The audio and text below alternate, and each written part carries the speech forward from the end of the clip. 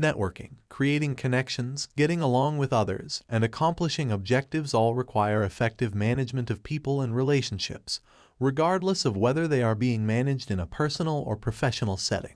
Although psychology is often connected with a person's self-management, personal objectives, and a more inward perspective of the self, its function in interactions with colleagues is sometimes disregarded. An approach to management in the workplace that puts individuals and communities first. When it comes to managing people in the workplace, being successful will need obtaining results with a strategy that focuses on people instead of focusing only on the efficiency, objectives, and outcomes that can be seen on paper. Your approach beyond this education will determine your management style and the type of impact you have. While success will be primarily correlated to foundational knowledge of human resource management, the approach that you take will be what determines how much success you have. In addition to having a formal education, being a good manager will largely depend on how much attention you give to each of your employees.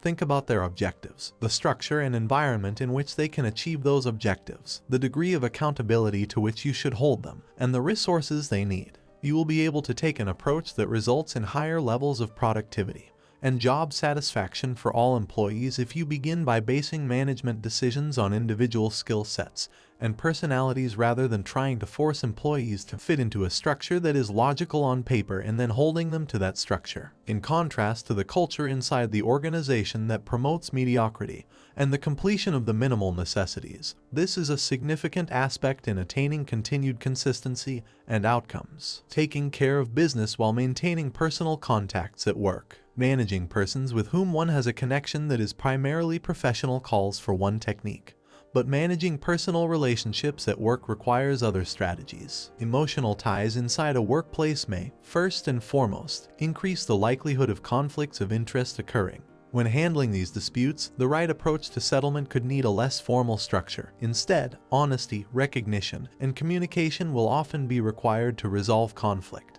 A responsible and proactive strategy is essential to prevent problems from occurring in the first place. Whether you are an HR manager or an employee, this is something you should keep in mind. You are saving your personal life and work life separate. They anticipate and navigate potential conflicts before they arise. Enlisting the help of an impartial and reasonable third party is an example of responsible, proactive, and reactive behavior that will minimize the impact of personal conflicts within the workplace. When other workers, clients, or customers are influenced in any way, whether via their perspective of the workplace, decision-making, productivity, or mental health, the problematic nature of personal interactions inside a professional environment may become even more exacerbated. In addition, those with personal connections should steer clear of taking on the responsibility of managing their personal friends' performance and professional issues. Instead, they should delegate these obligations to an objective third party so there are no issues. In conclusion, a healthy workplace will need uninvolved workers to be allowed to remain impartial.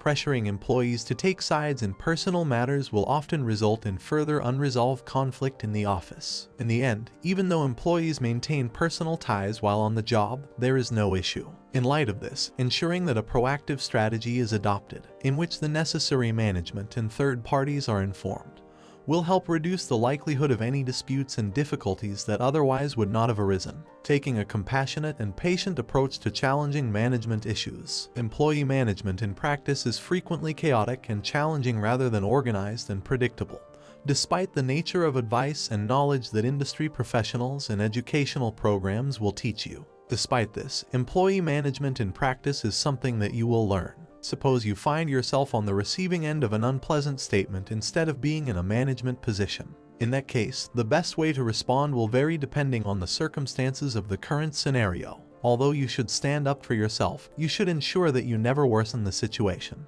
Instead, you should choose to overlook the issue and either answer with a question or a counter-argument if you believe you have a strong one. Dealing with challenging or toxic personnel involves forethought, which you must do if you hold a management role. Because these professionals can affect their coworkers, this is a very vital role. When tackling the management of a challenging employee, consider their position, present them with direct criticism, and make the ramifications plain to them. Documentation is essential at every stage of the process if you want to ensure that you are protected legally.